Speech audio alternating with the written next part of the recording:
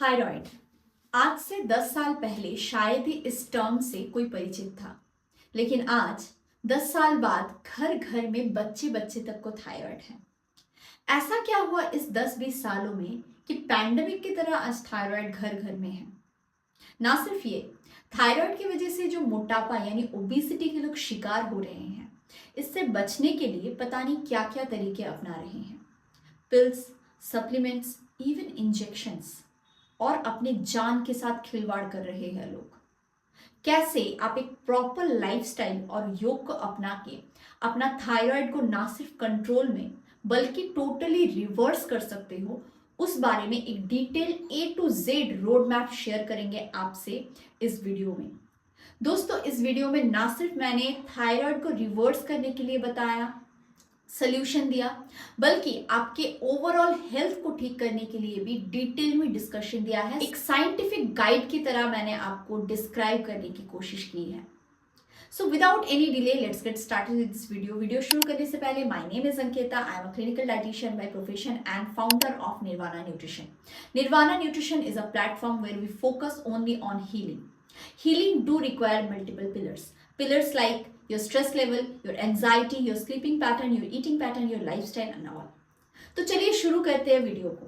पहले जानते हैं थायराइड है क्या। दोस्तों, थायराइड एक बटरफ्लाई शेप्ड ऑर्गन है, एक ग्लैंड है जो हमारे नेक के बीचों बीच रहता है, जिसका काम है बहुत सारे। ये छोटा सा एक ग्लैंड हमारे बॉडी के बहुत सारे फंक्शंस को कंट्रोल करता है। इसी कारण से आप देखोगे अक्सर अगर आपको डायबिटीज है या फिर कोई और बीमारी भी है, साथ में थायराइड आपका डिसबैलेंस निकलता ही निकलता है। इसी कारण से सिर्फ थायराइड को नहीं, आप टोटल ओवरऑल हेल्थ को ठीक करने के बारे में सोचिए। आपको एक हॉलिस्टिक अप्रोच अपनाना है, जाकि इसके वजह से आपको इन फ्यूचर कोई भी प्रॉब्लम आए उससे आप डट के खड़े होकर लड़ सके। इस वीडियो में मैंने कुछ टेस्ट आपको बताया है, उसे फॉलो करिए और उसे टेस्ट करवाने के बाद ही इस डाइट को आप स्टार्ट करिए, ताकि 1 महीने या फिर 2 महीने बाद जब आप फिर से टेस्ट करते हो, आपको एक विजिबल चेंज दिख सके अपने लाइफस्टाइल में और आपके टोटल ओवरऑल बॉडी में। जो टेस्ट मैंने बताया है उसमें सबसे पहले है आपका इंसुलिन लेवल बॉडी का जानना बहुत ज्यादा जरूरी है। यानी आपके बॉडी में शुगर लेवल्स लास्ट 3 महीने में कैसे थे। HbA1c टेस्ट करवाना जरूरी है, एक HbA1c आप जरूर करवाइए। साथ में serum ferritin and iron levels को टेस्ट करवाना जरूरी है, क्योंकि आपका मेटाबॉलिज्म अक्सर देखा गया है थायराइड में बहुत ही ज्यादा कमजोर हो जाता है। ये क्यों होता है? क्योंकि आपका serum ferritin and iron level की डिफिशियंसी होती है या फिर इसका डिसबैलेंस होता है। Next, serum calcium and serum vitamin D बहुत इंपॉर्टेंट है, क्योंकि थायराइड में अक्सर आप देखोगे डॉक्टर ने थायराइड के गोली के साथ कैल्शियम टैबलेट्स या फिर साथ में विटामिन डी टैबलेट्स देते ही देते हैं 90% केसेस में। ये क्यों होता है? क्योंकि थायराइड में हमारे बोन डेंसिटी बहुत लो हो जाते हैं हमारे पोर अब्जॉर्प्शन रेट की वजह से, इसलिए विटामिन डी और कैल्शियम लेवल आप जरूर करवाइए। साथ में प्रोलैक्टिन एक ऐसा हार्मोन है जो डायरेक्टली कनेक्टेड है थायराइड इंबैलेंस के साथ, तो इसीलिए आप प्रोलैक्टिन का टेस्ट जरूर से जरूर करवाइए इस डाइट को फॉलो करने से पहले। And last but not the list, your serum cortisol level. Cortisol हमारा स्ट्रेस हार्मोन है। अगर आप कॉर्टिसोल को बैलेंस में नहीं रखोगे तो अल्टीमेटली ये आपका मोटापा कम नहीं करेगा, क्योंकि स्ट्रेस एक मेजर फैक्टर है आपको वेट लॉस करवाने के लिए। इसीलिए अपने सीरम कॉर्टिसोल लेवल को डेफिनेटली टेस्ट करवाइए और इन सारे टेस्ट को करने के बाद ही आप इस डाइट को फॉलो करिए। तो चलिए आगे बढ़ते हैं। दोस्तों, हमारा बॉडी काम करता है 70-30 रेशियो में। 70% है आपका खान पान, आपका क्या खाना खा रहे हो, प्लेट में क्या है उसके ऊपर। बाकी 30% डिपेंड करता है आपके फिजिकल एक्टिविटी के ऊपर। लोग अक्सर क्या गलती करते हैं, जिम जाते हैं, बहुत मेहनत करते हैं, लेकिन उससे कुछ ही कैलोरीज बर्न होता है और वो आपके लिए एक सपोर्ट है, ना कि टोटल ओवरऑल सोल्यूशन। आपका 70-80% डिपेंड करता है डाइट। अगर डाइट ठीक नहीं होगा, आप जितना भी मेहनत कर लो जिम में, जितना भी पसीना बहा लो, कोई फायदा नहीं होगा। अपना मॉर्निंग टाइम पे एक्सरसाइज करने से पहले आपको एक प्रॉपर रिचुअल फॉलो करना बहुत ज्यादा जरूरी है। जैसे मैंने बताया कि इस वीडियो में ना सिर्फ मैंने डाइट प्लान के बारे में बात किया है, बट ओवरऑल हेल्थ को ठीक करने के बारे में, बाकी सारे होलिस्टिक अप्रोचेस के बारे में भी बात किया है। तो कुछ रिचुअल्स मैंने शेयर किया है, उसे आप जरूर से जरूर फॉलो करिए अगर आप एक हीलिंग चाहते हो, इनर हीलिंग चाहते हो। सबसे पहले मॉर्निंग में उठते ही आपको एक प्रेयर करना बहुत ज्यादा जरूरी है यूनिवर्स से, इस प्रकृति से। क्योंकि आजकल हम क्या करते हैं, प्रकृति के लॉ के अगेंस्ट यानी सर्कैडियन रिदम के अगेंस्ट जाते हैं, बायोलॉजी के क्लॉक के अगेंस्ट चलते हैं। इसी कारण से हमारा जो हार्मोनल डिसबैलेंस है आजकल इतनी ज्यादा पीक पे है, इतना सारा केसेस है। इसीलिए दोस्तों आपको एक ग्रैटिट्यूड शेयर करना जरूरी है, ग्रैटिट्यूड करना जरूरी है सुबह सुबह उठते ही, ताकि आपका कॉर्टिसोल लेवल्स बैलेंस में हो। जब आप मंदिर में जाते हैं आपको शांत महसूस होता है, क्यों? क्योंकि वहां पे जो पॉजिटिव एनर्जी है, जो एनवायरनमेंट है, हमारे सबकॉन्शियस माइंड पे एक गुड इम्पैक्ट देते हैं और इस गुड इम्पैक्ट से ही हमारा कॉर्टिसोल लेवल बैलेंस में रहता है। इसी कारण से आपको एक ग्रैटिट्यूड करना है, सिंपल ग्रैटिट्यूड, जस्ट आंख बंद करके हाथ जोड़ के आप भगवान से जो भी मजहब को आप मानते हो, जो भी धर्म को आप मानते हो, उसमें प्रेयर करिए कि आपको ये जिंदगी देने के लिए। आप ये एक रिचुअल अगर करते हो, आप देख सकते हो विद इन फ्यू डेज आपके लाइफ में एक विजिबल चेंजेस आएगा ही आएगा। तो आप ये रिचुअल करिए। उसके बाद आप थोड़ा सा स्ट्रेचिंग जरूर करिए अपने बेड से उतरने से पहले, और इस स्ट्रेचिंग में आप पवन मुक्तासन, भद्रासन, इन सारे आसनास को जरूर से जरूर करिए। बेड से उतरने के बाद 1 ग्लास ल्यूकॉर्म वाटर आप जरूर से जरूर इंटेक करिए मलासन में बैठ के। आपको मलासन में बैठ के ही करना है, क्योंकि मलासन एक ऐसा आसन है जो आपके पेल्विक रीजन के ऊपर काम करता है, आपका पेरिस्टालसिस मूवमेंट को बैलेंस करता है। इसीलिए आप मलासन में 1 ग्लास पानी जरूर से जरूर पीजिए बैठ के। इसके बाद आप अपना नॉर्मल जो फ्रेश होना है वो फ्रेश हो लीजिए। आने के बाद जब आप एक्सरसाइज स्टार्ट करोगे, एक्सरसाइज स्टार्ट करने से पहले आप 3 से 4 आमंड बादाम, साथ में 2 खजूर और 2 वॉलनट को पूरी रात भिगोना है आपको, क्योंकि इसका एंटी न्यूट्रिएंट्स को आपको एक्टिव नहीं करना है, इनको इनएक्टिव करना जरूरी है। आप इसे सुबह उठ के जब एक्सरसाइज स्टार्ट करोगे उससे पहले एज अ प्री वर्कआउट ले सकते हो। उसके बाद आप अपना एक्सरसाइज स्टार्ट कर दो। एक्सरसाइज में स्ट्रेंथ ट्रेनिंग बहुत इंपॉर्टेंट है योगा के साथ। योगा में आप सूर्य नमस्कार को regularly 5 times definitely and definitely practice करिए। अगर आपके पास ज्यादा टाइम नहीं है, just do strength training and उसके साथ साथ आप सूर्य नमस्कार को रखिए। 10 मिनट्स मेडिटेशन आपको बहुत ज्यादा इंपॉर्टेंट है करना आपके कॉर्टिसोल लेवल को बैलेंस में लाने के लिए।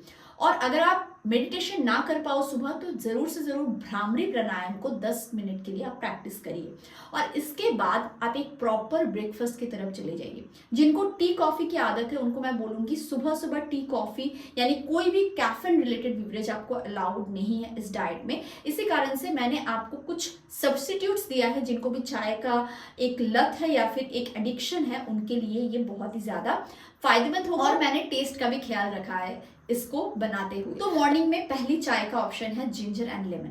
जिंजर और लेमन को आपको थोड़ा सा क्रश करके उबलते हुए पानी में दे देना है। थोड़ा सा लेमन क्रश करके उसमें आप हनी थोड़ा सा डाल सकते हो, कोई इशू नहीं है, और आप इसे ले सकते हो। इसके अलावा आप तुलसी और टर्मरिक का पानी ले सकते हो। इसका टी बना के काइंड ऑफ वार्म लिक्विड बना के ले सकते हो। ये भी टेस्टी और इन्फ्लामेशन दूर करता है, क्योंकि हमारे हल्दी में करक्यूमिन रहता है जो एक एंटी इन्फ्लामेटरी इफेक्ट देता है, एक एंटीऑक्सीडेंट है। Last but not the list, ginger cinnamon T. Ginger cinnamon T भी बहुत ही ज्यादा इफेक्टिव है। अगेन एंटीऑक्सीडेंट इसमें भरपूर है और एंटी इन्फ्लामेटरी इफेक्ट देता है। तो इन तीनों ड्रिंक्स में से कोई भी ड्रिंक को आप ऑल्टरनेटिवली अपने डाइट में रख सकते हो। अब आते हैं ब्रेकफास्ट ऑप्शन की तरफ।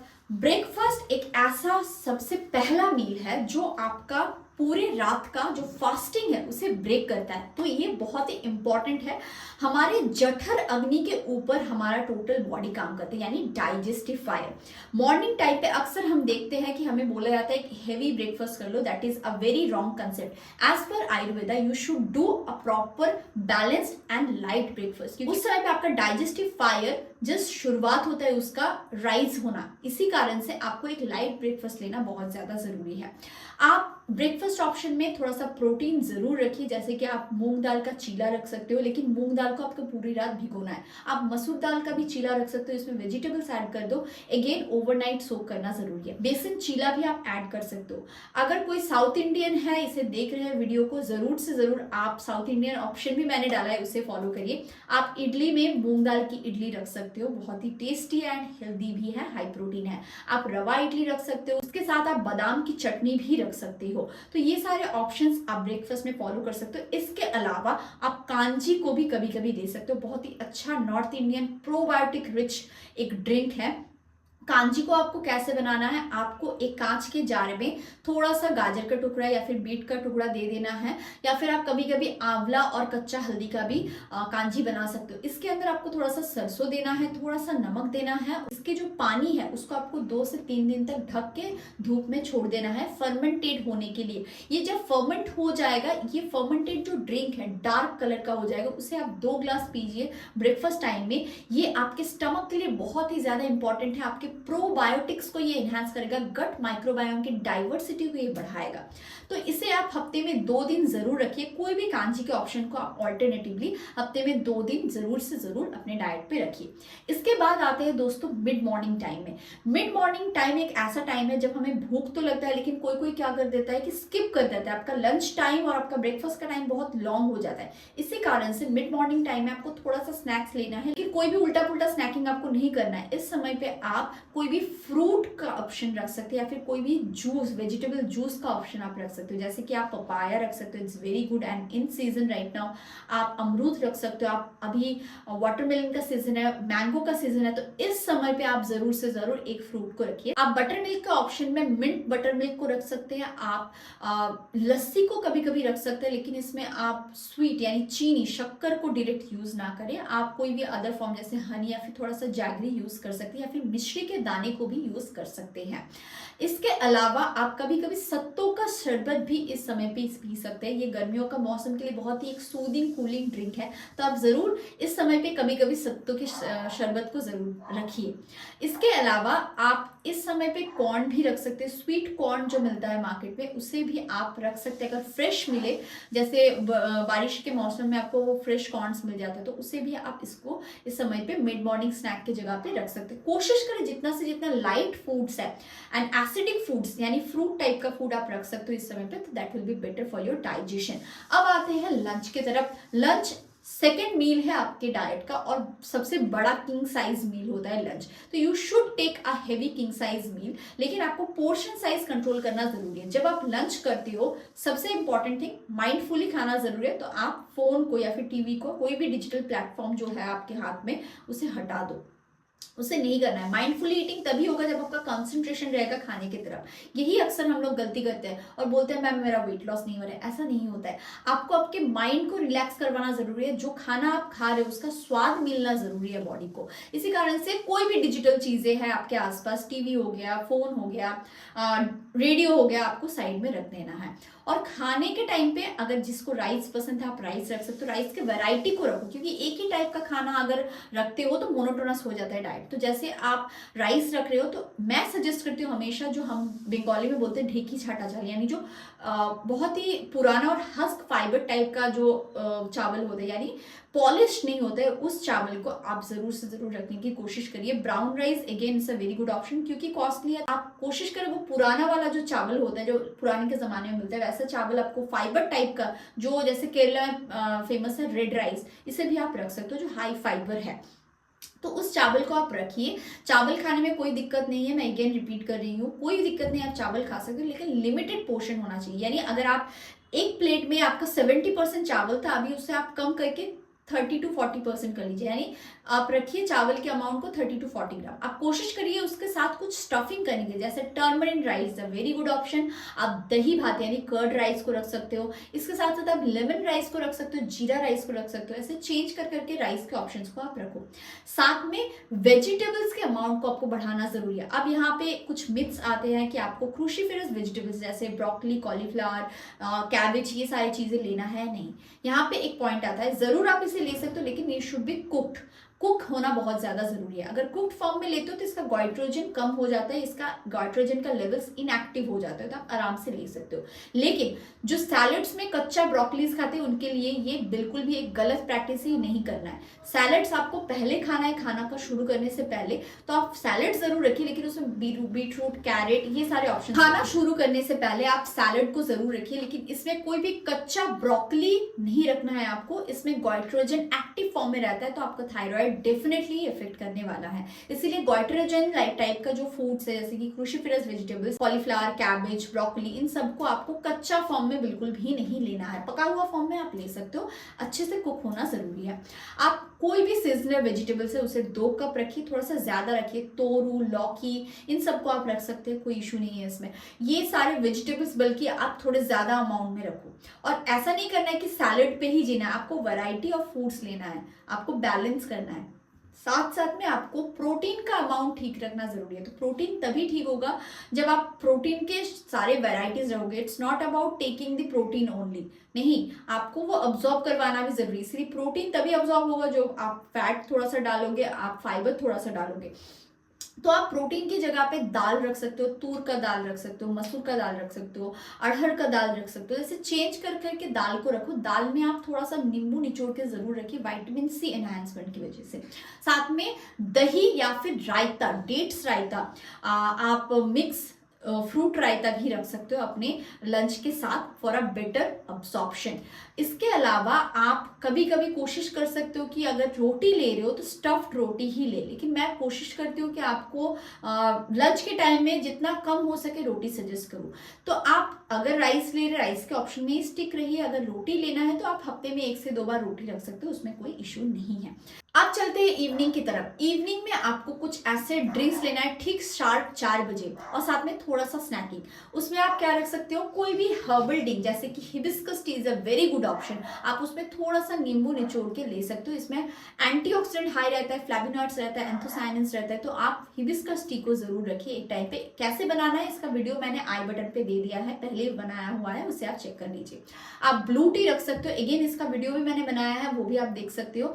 Blue tea, hibiscus tea is a very good option. Green tea you can take but don't put नींबू इनटू इट, कोई भी लेमन ऐड करना नहीं है आपको। आप नॉर्मल ग्रीन टी लीजिए, उसमें थोड़ा सा हनी यानी शहद अगर मिक्स करना है वो कर सकते हो, कोई इशू नहीं है। आपको टर्मरिक और कर्क्यूमिन टी, बहुत बार मैंने इसके बारे में बात किया है, लेना ही लेना है। हफ्ते में एटलीस्ट 2 से 3 दिन ले लो, मेटाबॉलिज्म बूस्ट हो जाएगा। तो हल्दी में, और मैं कितना बार ही बताऊं, कर्क्यूमिन रहता है, और हमारा जो ब्लैक पेपर है एंटी इन्फ्लेमेटरी सुपर फूड है, सुपर स्पाइस है। तो इसको आप रखिए, इसमें जो पेपाइन रहता है उसके साथ कॉम्बिनेशन होके इसका इफेक्ट बहुत अच्छा है। बढ़ते हैं इवनिंग स्नैक्स क्या लेना है, क्योंकि बहुत सारे चटोरे इस वीडियो को देख रहे होंगे। मैंने जो चाय बताया है हर्बल टी, उसके साथ जो स्नैक आपको लेना है, कुछ चटोरे जरूर इस वीडियो को देख रहे होंगे, उनके लिए भी डोंट वरी, रेसिपीज बहुत सारा है इस वीडियो में। तो आप रख सकते हो उस जगह पे चाय के साथ थोड़ा सा चटपटा स्प्राउट, स्टीम्ड मूंग आप रख सकते हो। इसके अलावा रोस्टेड चना is a very good option, थोड़ा सा मुट्ठी भर आप रोस्टेड चना रख सकते हो। Roasted peanuts again is a very good option, थोड़ा सा आप पीनट्स 8 से 10 पीनट्स रोस्ट फॉर्म में आप रख सकते हो। Gur makhana is a very good option, makhana chaat आप रख सकते हो।